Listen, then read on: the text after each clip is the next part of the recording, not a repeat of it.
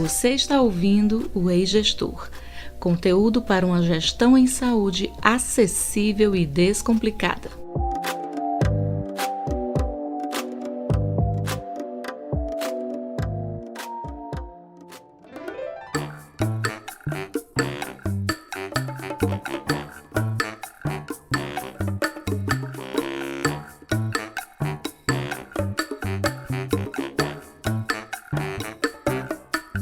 Ei, gestor, tudo bem com você? Eu sou Cláudia Araripe e esse é o podcast que vai descomplicar o assunto gestão em saúde. Olá, eu sou Adman Câmara e toda semana iremos conversar sobre temas relevantes em saúde, liderança e dilemas do gestor. E o assunto de hoje é cultura de segurança.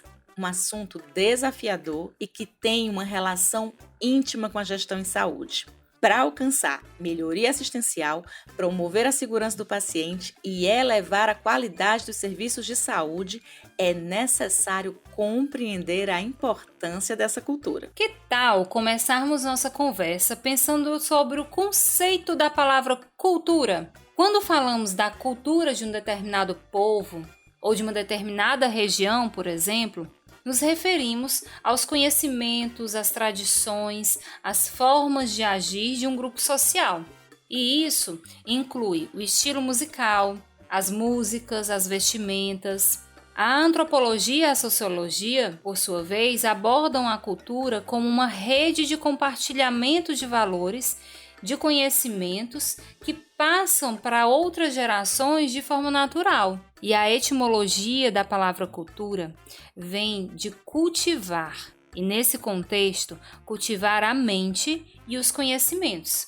Fazendo um paralelo, quando falamos em cultura de segurança, esta é conceituada como um produto ou um cultivo, dos valores, atitudes, competências e padrões de comportamento, tanto individuais como de um determinado grupo. E tudo isso, gente, determina o compromisso da gestão da saúde e da segurança. Pois é, e você aí que está nos ouvindo, sabia que o conceito de cultura de segurança surgiu fora do contexto das organizações de saúde? Isso mesmo, o termo foi difundido após o acidente nuclear de Chernobyl em 1986. A cultura de segurança fraca foi atribuída como principal causa do pior acidente da história de geração de energia nuclear. Muito tempo depois é que esse conceito foi trazido às organizações de saúde.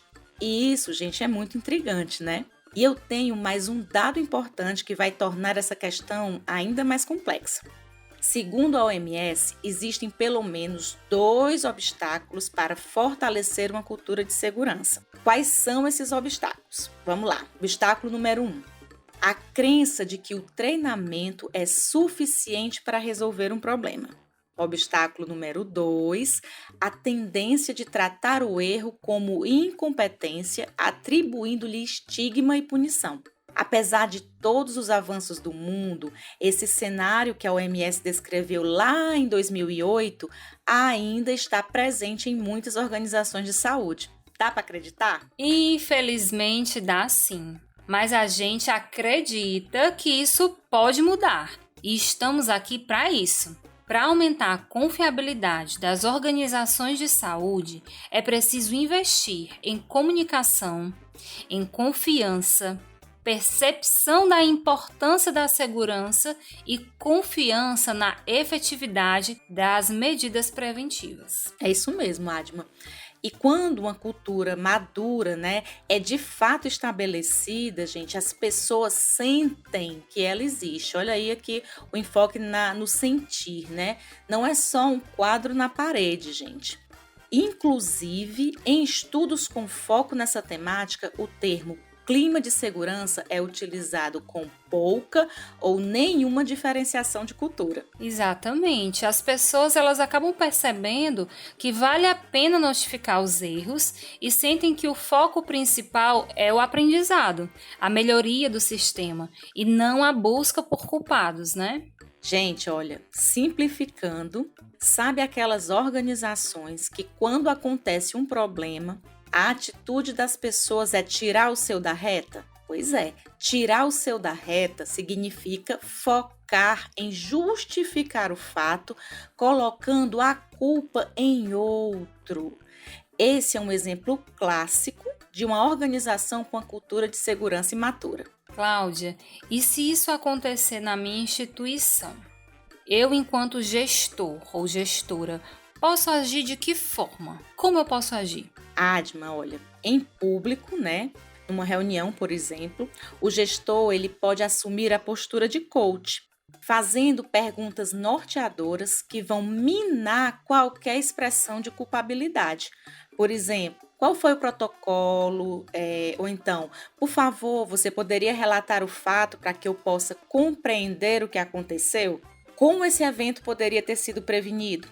Depois, em particular, vale um feedback, né, para que a pessoa ela entenda a cultura da empresa e também compartilhe das atitudes que vão colaborar para o seu avanço.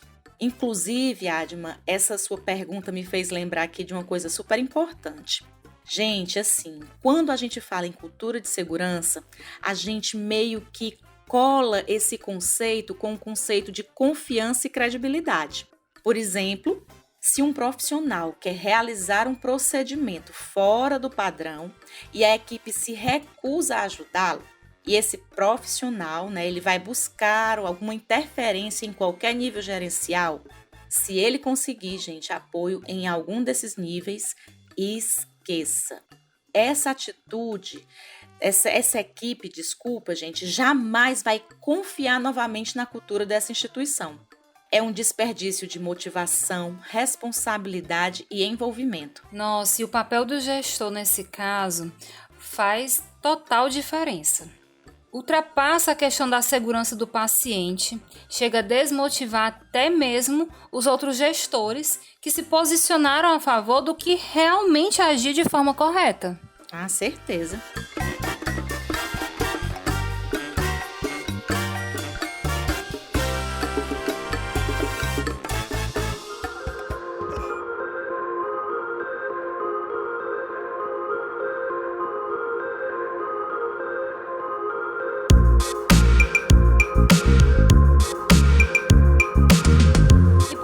Empresa imatura, é importante falar aqui também sobre os níveis de maturidade da cultura de segurança, né?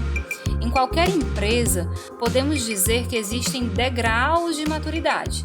Na verdade, são estágios de maturidade da cultura de segurança. E são 5 estágios. O primeiro estágio é o mais imaturo, que é o da cultura patológica. As empresas nesse estágio tratam a segurança como um problema causado pelos próprios colaboradores. Será que isso ainda existe, hein? Ah, gente, pior que existe sim, né? O avançar de uma cultura, ele não é algo matemático, formalizado ou estático, né? Assim, uma empresa, ela pode estar, de um modo geral, em um estágio, mas haver setores ou situações em que ela age ou aceita um nível de maturidade inferior, o que com certeza vai puxar para baixo seu nível geral de maturidade. Um exemplo disso é a prática do assédio moral, ou aceitar uma prática de liderança autocrática por questões técnicas, financeiras ou de relacionamento. Quando existe esse tipo de relação, as pessoas não têm motivação ou mesmo coragem para notificar um evento, pois sabem que serão responsabilizadas por ele. Próximo nível, gente, é chamado de cultura reativa. É um nível imaturo, mas às vezes disfarçado de eficiente. Nesse nível, as ações corretivas são tomadas apenas após a ocorrência de incidentes. O incidente ocorre, né? Normalmente é um incidente de grande proporção ou com desfecho grave. Há uma reunião, determinam-se ações e não há, na maioria das vezes, um acompanhamento. Instituições que se encontram nesse nível são de grande desafio para a liderança, pois pessoas chaves acreditam que algo de fato foi feito, só que na verdade não resolveu nada, né? E eu acredito que um número expressivo de instituições deve estar nesse nível, não é verdade? Os núcleos de segurança não têm tanto espaço ou valorização. Já vi, inclusive, casos de pessoas que dão problema ou que já passaram por vários setores do hospital e são transferidas para um núcleo de segurança, por exemplo, e isso demonstra uma visão clara sobre a imaturidade da empresa. É verdade, né, gente? Muito sério isso. Sim. E o próximo nível é chamado de cultura calculada. Existe a preocupação com a melhoria, mas ela é imposta. E a segurança fica nas mãos dos escritórios de qualidade e a força-tarefa está focada na coleta de dados. Um exemplo é a empresa que busca algum tipo de certificação com o propósito de autopromoção ou valorização de mercado. É aquela empresa em que os colaboradores são treinados para dar a resposta certa nos momentos de auditoria. Gente, a pessoa pode até decorar, tá? Mas no cotidiano não se percebe a realidade. Há um tempo isso era bem mais comum. Hoje, com as certificações relacionadas à segurança, as evidências elas são buscadas no próprio prontuário, por exemplo, e não apenas nas falas dos profissionais.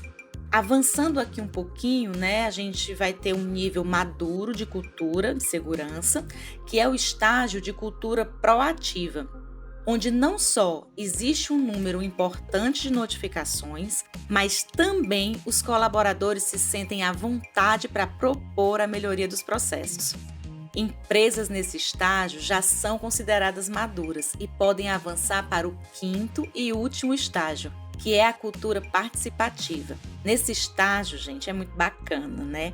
Todos os profissionais participam, independente do cargo ou função.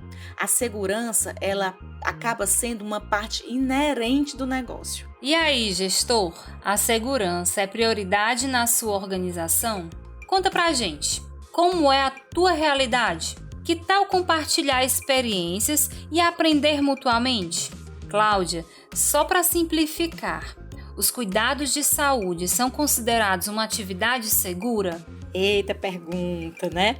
Adma, gestores, ouvintes, a gente trouxe aqui só para uma reflexão uns dados sobre atividades seguras e inseguras, tá?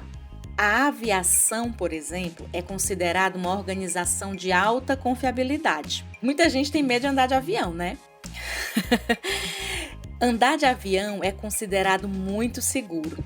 Calcula-se que possa morrer um passageiro a cada 10 milhões de decolagem. Sabe quanto é esse número quando a gente fala de um risco de morte relacionado a hospitais? Considerando um dado em escala global, tá, gente? Pensando aqui num dado global, o risco de morte por erro ocorrido durante uma internação é de 1 para 300 internações. E o risco de eventos adversos de qualquer tipo é de cerca de 10 para cada 100. Gente, é um número muito alto. Nossa, essa informação é chocante.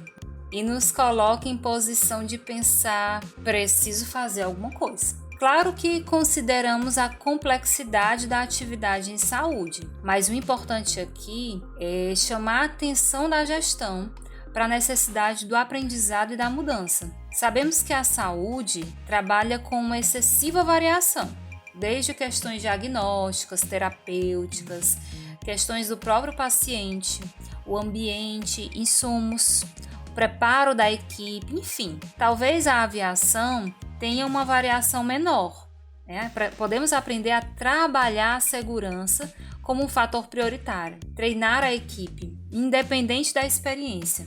Alinhar os planos são apenas alguns exemplos. Adma, você sabia que um piloto é avaliado pelo menos 100 vezes durante a sua carreira? Pois é, né? É preciso enxergar, gente, que a assistência em saúde é uma atividade de risco. Diminuir hierarquias e status quo em prol do que de fato é importante.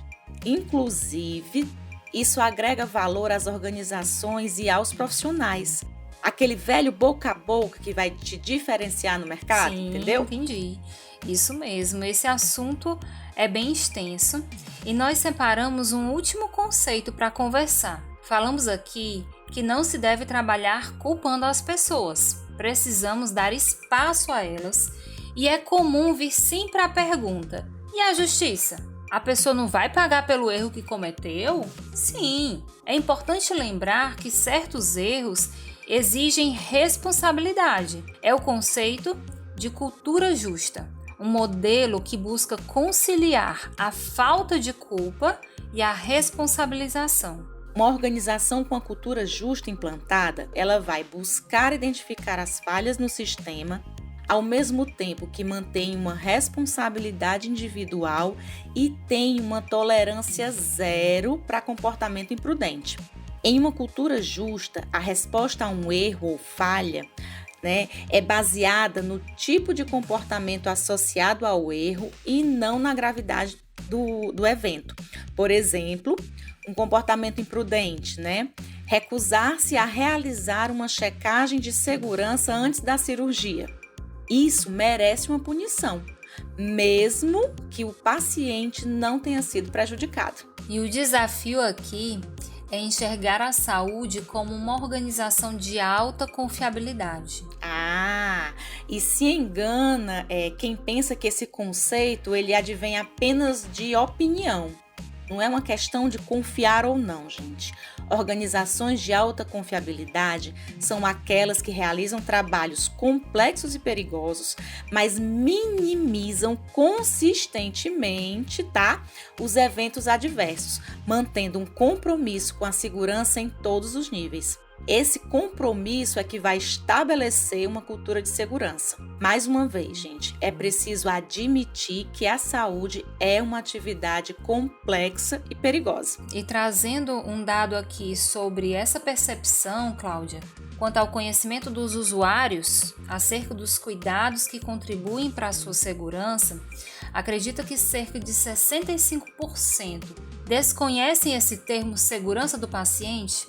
E essa falta de compreensão revela a necessidade também de investimentos e de participação efetiva dos profissionais no processo de empoderamento dos pacientes, dos acompanhantes, dos cuidadores em geral. Esse dado ele também contribui para uma percepção equivocada sobre o cuidado seguro em saúde. Essa percepção ela vem mudando ao longo do tempo. Assim como novas necessidades vão surgindo e nós, gestores, precisamos sempre nos reinventar. Para finalizar, é importante lembrar que a falta de trabalho em equipe, uma comunicação frágil, pouca credibilidade na continuação dos projetos e uma relação de hierarquia rígida são a receita para uma cultura de segurança subdesenvolvida. E o que é que fica para você, gestor?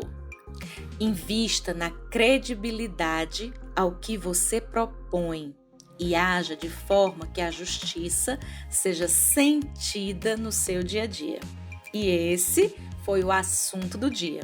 Para você, gestor, que está acompanhando nosso programa, continua ligado que daqui a pouco começa a prova do líder. E logo após tem Dilemas da Gestão.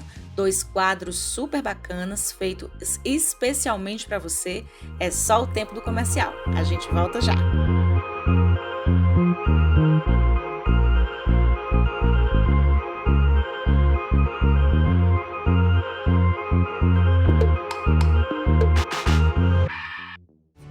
O quanto você tem investido em seu desenvolvimento?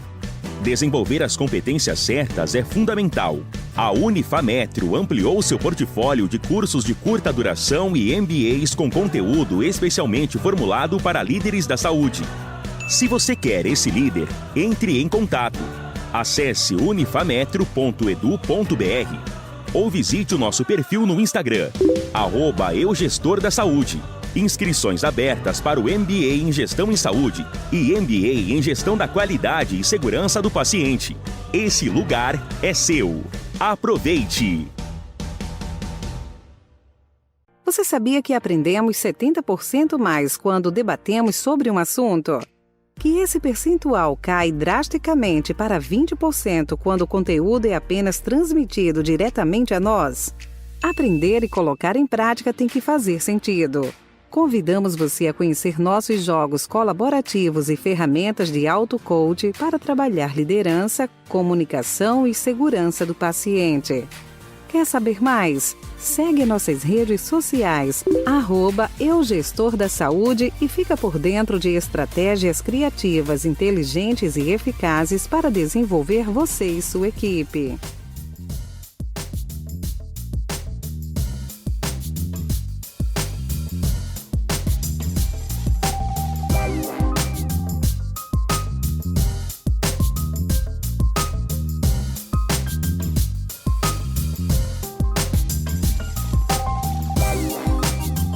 Momento prova do líder. Às vezes, a liderança é quase uma prova de resistência, mas você, gestor, não está sozinho. Tá pronto para ouvir nossas dicas, reflexões e partilhas?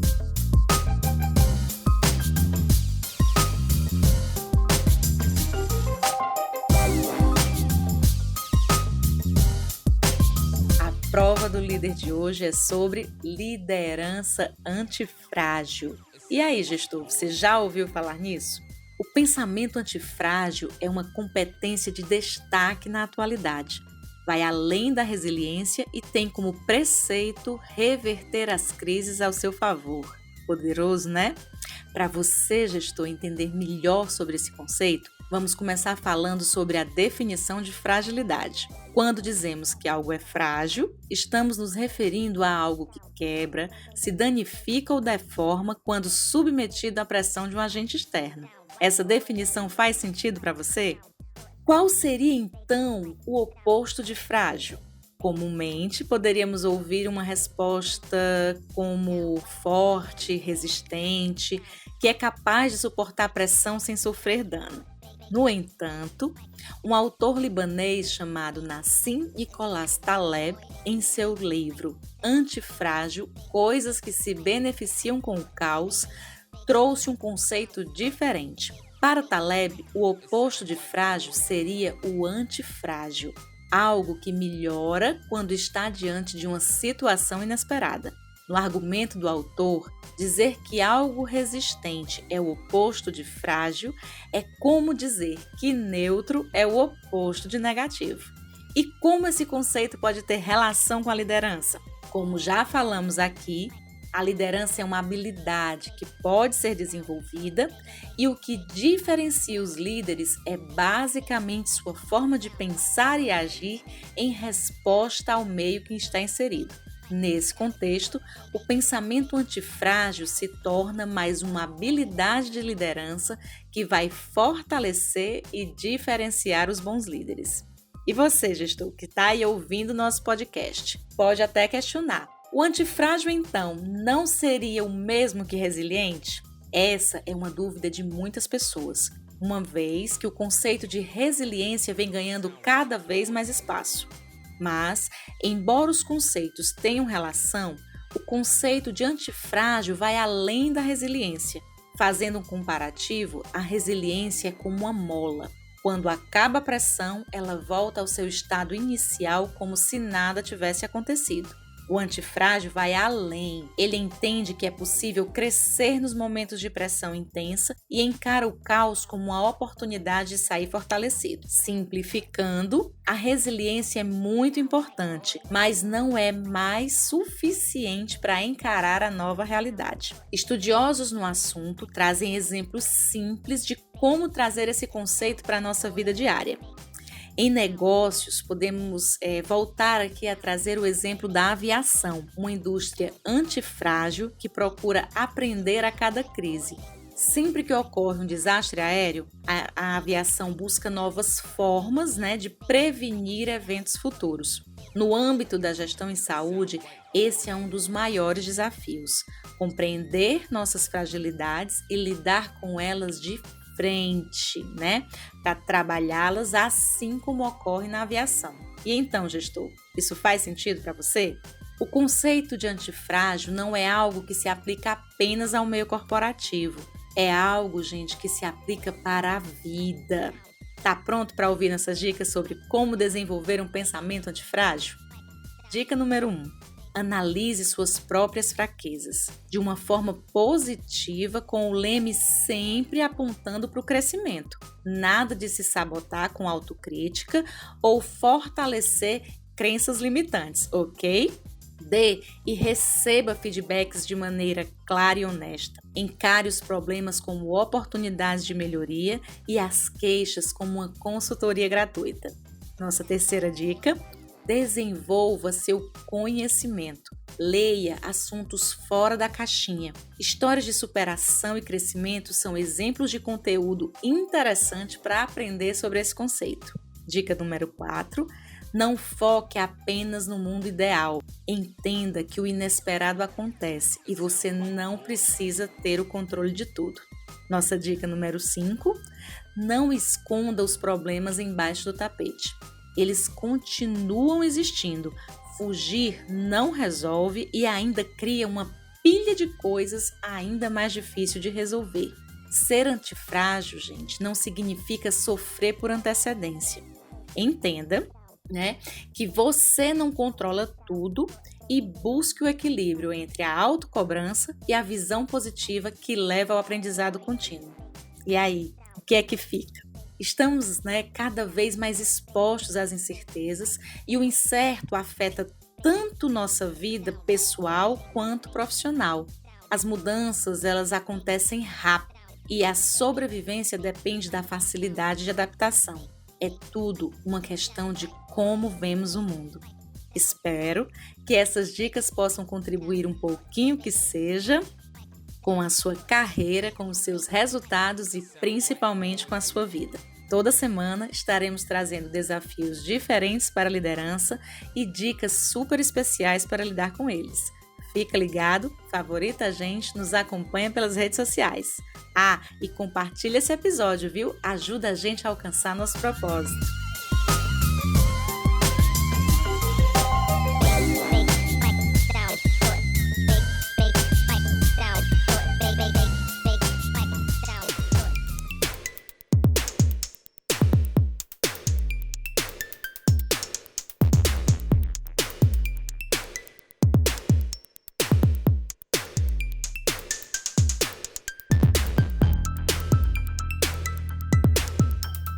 E agora, o tão esperado quadro Dilemas da Gestão, o quadro mais comentado do nosso podcast. Chegou a hora daquele papo direto com você, gestor. Lembrando que você também pode interagir conosco enviando sua pergunta por meio de áudio.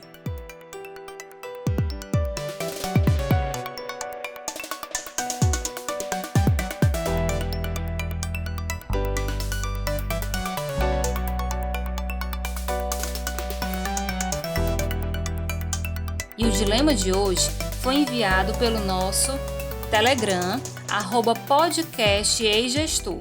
O Dr. Antônio Luiz disse pra gente: sou gestor há muitos anos, sempre fui a congressos, me considero um profissional atualizado, mas confesso que estou tendo dificuldades em lidar com essa galera mais nova. Muitos médicos que se comprometem e depois nos deixam na mão.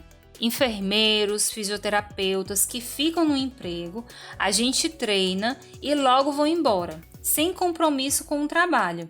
Me preocupo até com o fato que esses profissionais vão nos atender no futuro. E aí, doutora Cláudia, como responder esse dilema? Vamos lá, Doutor Antônio Luiz, primeiro, muito obrigada por partilhar, o seu dilema conosco. Muito obrigada aí pela confiança. Esse assunto, ele inclusive está sendo muito discutido atualmente, Temos aí um encontro de gerações. Doutor Antônio, eu vou até lhe confessar uma coisa. Até pouco tempo, eu não sentia tanto essa diferença no meu dia a dia. Agora, percebo que estamos com 3 gerações ativas se relacionando nos ambientes de trabalho. São pessoas diferentes, com motivações diferentes e o que nos obriga a melhorar cada vez mais a nossa comunicação. Em uma negociação, por exemplo, uma carta que funcionava muito bem com um profissional, de uma geração, pode não surtir efeito algum em outro. Doutor Antônio, diretor, não é isso? Eu percebo no relato dele que há uma dificuldade na empresa, né, que é o turnover de profissionais. Ele relata que investe em treinamento e não consegue reter o profissional, ou não sente que essa turma, como ele coloca, né, veste a camisa da empresa. Aliás, essa expressão vestir a camisa da empresa já diz de qual geração eu sou, né? Para a geração Z, esse sentimento não é algo tão comum. É uma geração de pessoas que já nasceu com grande acesso à informação e que veem, né, o mercado de trabalho de uma forma diferente daquela que a gente está acostumado. Uma sugestão bacana é realizar uma pesquisa de clima organizacional, conhecer sua equipe, o que ela pensa, o que ela sente e investir em um clima de trabalho aberto à boa comunicação, com abertura para sugestões, tá? O sentimento dessa geração é de fazer parte. Para eles, as coisas têm que fazer sentido. Com o resultado em mãos, vai ser possível planejar ações mais concretas para reter talentos, se relacionar melhor com a equipe e também para vender para eles o sentido da profissão que escolheram. Realizações rápidas, metas de carreira, multipotencialidade, visão diversificada são pontos que se destacam nos interesses e na motivação dessa galera e que serão fortalecidos com um senso de responsabilidade, segurança e disciplina.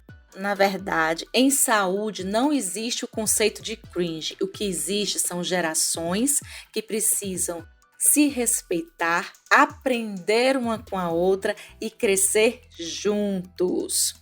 E se você, gestor, gostou dessas dicas e tem um dilema para partilhar conosco, envie sua mensagem ao e-mail podcasteigestor@gmail.com ou pelo Telegram @podcasteigestor. E segue as nossas redes sociais. Estamos no Instagram, Eu Gestor da Saúde, YouTube e todas as plataformas de áudio. No Instagram é Eu Gestor, viu? Lá, além do podcast, tem jogos, cursos e muito material bacana feito para você. Compartilhe esse episódio e ajuda a alcançar mais gestores. É isso aí, gente. Fiquem com Deus e até a próxima quarta. Se Deus quiser, até mais, gestores!